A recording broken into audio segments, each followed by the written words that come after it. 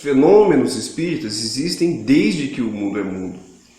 E para aqueles que vêm criticar a própria doutrina, não percebem a complexidade do assunto. E muitos dizem, deixem que os mortos enterrem seus mortos, ou então não devemos mexer com essas coisas, mas não entendem a complexidade do assunto quando surgem pessoas ou médiums em extrema dificuldade, pessoas que não conseguem dormir durante a noite, pessoas atormentadas por espíritos e questões existenciais profundas, até então irrespondidas por diversas igrejas no decorrer dos séculos, e não conseguem entender que não se trata simplesmente de ignorar os fatos.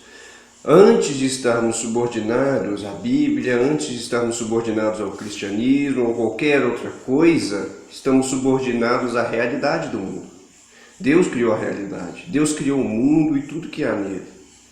E é no mínimo plausível que devamos investigar a realidade dos fatos, que devamos investigar as obras de Deus. Pela investigação das obras de Deus, vamos entender Deus. Porque não há na criatura coisa que não exista no Criador. E não pode existir na criatura coisa que o Criador não tenha permitido. Então, o homem, de certa forma, tende a negar esses fenômenos, mas de um outro lado, o cristão vai acreditando, não, existe sim vida após a morte, existe sim vida depois do túmulo, e uma série de pesquisadores comprovou isso. O Sam Parnia, o professor Ian Stevenson, uma série de pesquisas renomadas demonstraram que existe sim essa vida após a morte. Só que ao mesmo tempo, as pessoas que percebem a existência dessa vida após a morte não percebem as implicações disso. Se a alma continua depois da morte, de certa forma, ela tem como se comunicar. Existe um corpo, e antes dessa alma desapegar dele, ela estava presa nele e se comunicava por ele. E o que impede de uma alma que antes estava presa em um corpo, agora se comunicar por meio de outro, por meio do corpo de um médium?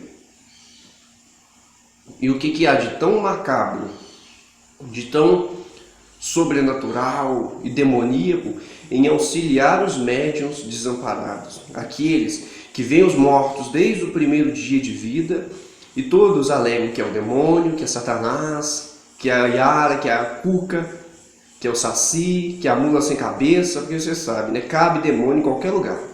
Qualquer ambiente ocioso cabe um demônio. Você pode pôr um demônio numa psicografia, você pode falar que quem se comunica ali é a Cuca, você pode falar que quem se comunica ali é a Yara, é o Saci, a mula sem cabeça, tudo. Menos que quem se comunica é aquele que fala que se comunica. Por uma simples ideia estúpida que perdura desde o início dos tempos, ao que parece, que os mortos não se comunicam. Mas quem diz que estão mortos? Se um dia eles estiveram presos em um corpo, logicamente eles podem agir por meio de outro corpo. Tanto é que espíritos não aparecem do nada, né? Você não vê um espírito andando a ermo no meio do deserto. Sempre um espírito aparece no meio das pessoas, sempre um espírito aparece entre elas, sinal que ele se utiliza de outros corpos para se comunicar. Então,